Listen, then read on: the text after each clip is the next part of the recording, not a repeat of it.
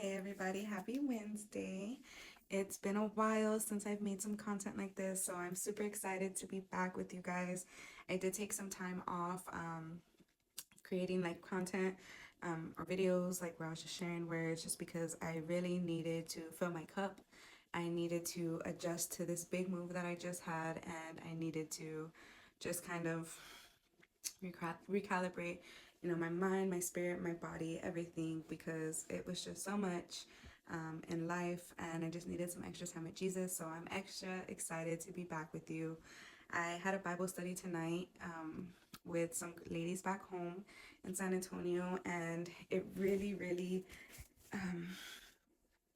filled my spirit, and it really helped me a lot with the situation that I've been dealing with. So I just wanted to get on here and share it with you guys before I went to bed and got ready because I am tired, but Jesus comes first. So in this Bible study, we've been going over the book of Proverbs. And if you are familiar with the book of Proverbs, you know that you usually don't read Proverbs, Proverbs reads you. At least that's the case for me, because sometimes I'm just going through it and I'm like, did you really have to clock me like that, Jesus? Did you really have to? And he's like, yes, I did, because you are stubborn and you will not listen unless I brought you out, like brought it to the light for you. So our reflection question was, what is the wisest piece of advice you've not only been given, but have actually applied to your life? And for me, I wrote Proverbs 29:11.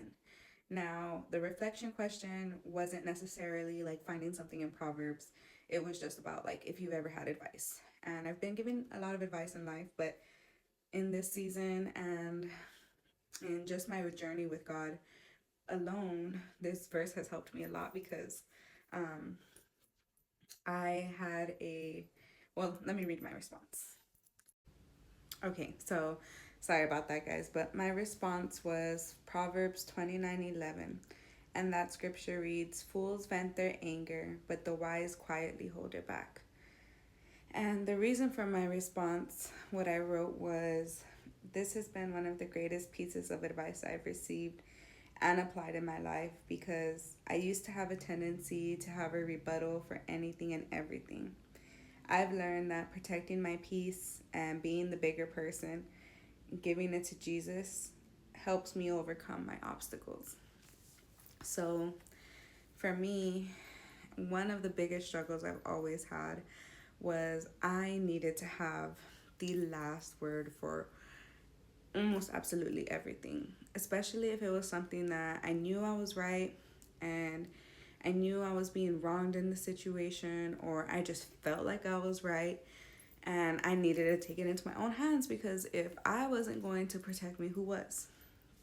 And that was my fleshly way of thinking. That was the way that I thought before I came to Christ.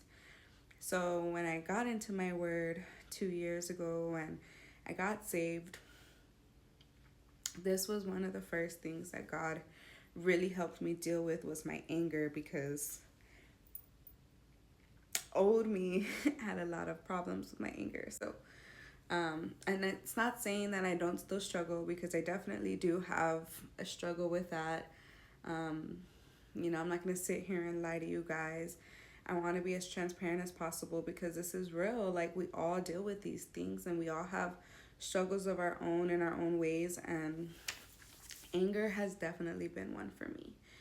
But, this last season of my life and this last 6 months has been a really hard struggle for me, especially with my anger and betrayal and handling that and giving it to God. It's been one of the hardest, most stretching of my faith things that I've had to go through. And I know there's a lot of us who go through these moments of just anger, and we go through these moments of, God, like, I want to tell them how I feel. I want to tell them how, they're wrong and blah, blah, blah, blah, blah, blah. And we know that Jesus didn't act like that. And we're called to be a reflection of Christ. So for me, Proverbs 29:11 has just really helped me just take a breath, because there's been plenty of moments like right now. I'm going through a pregnancy absolutely alone. I am raising an 11-year-old single mom. Well, I'm a single mom raising an 11-year-old who is very sassy, and I love her, but she drives me nuts sometimes. And then, just the situation that I'm in with the betrayal of my child that I'm pregnant with right now, and having to do this alone. And it's been so hard for me. Like, it has not been the easiest 6 months of my life. God moved me 1,300 miles away from home. And I'm so blessed and I'm so thankful, and I keep seeing the brighter side of things because God is carrying me through this. But Jesus, showed me, you can't send that text. You can't be over here bashing somebody. You can't be over here venting about how this person did you wrong, blah, blah, blah, blah. You need to leave it all to me. And for me, that's been the hardest thing, because I'm like, no, God, this person needs to know what they did to me, blah, blah, blah, blah. But honestly, the reason why I wanted to make this video is because there's going to be times in our life where we just want to get back and have our get back and be like, no, you're going to feel how you made me feel.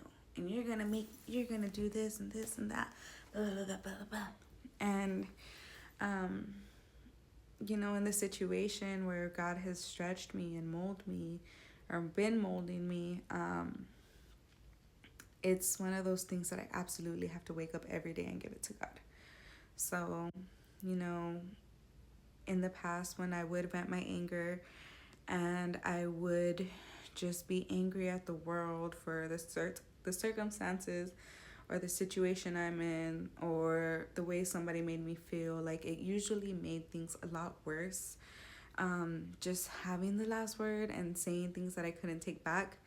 But now I literally just give it all to God. And it sounds like it's an easy thing, but it's definitely not. It is a battle that my flesh and my spirit have every day, but we are stronger than that. And the enemy wants us to see those things so we can lash out and sin in our anger, which is not what we're called to do.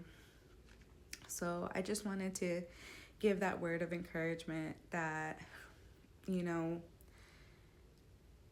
don't want to be foolish. We want to be an example of Christ. We want to reflect the love of Christ. And Jesus didn't vent in his anger. He took the high road. And taking the high road is not always easy, but it is always worth it. And if you have a hard time getting that wisdom or getting the knowledge or just the little help that you need, I did want to back it up with another scripture, just that kind of solidifies that it's okay to ask God for help. So it's James 1:5-6, and it says, if you need wisdom, ask our generous God and he'll give it to you. He will not rebuke you for asking. But when you ask him, be sure that your faith is in God alone. Do not waver, for a person with divided loyalty is as unsettled as a wave of the sea that is blown and tossed by the wind. So just be secure in the fact that if you're giving it to God, he's going to show you how to navigate these situations. And it's not always easy, but it is worth it, and he will carry you through it. I hope this encouraged somebody, and I pray you guys have a blessed day. Thank you.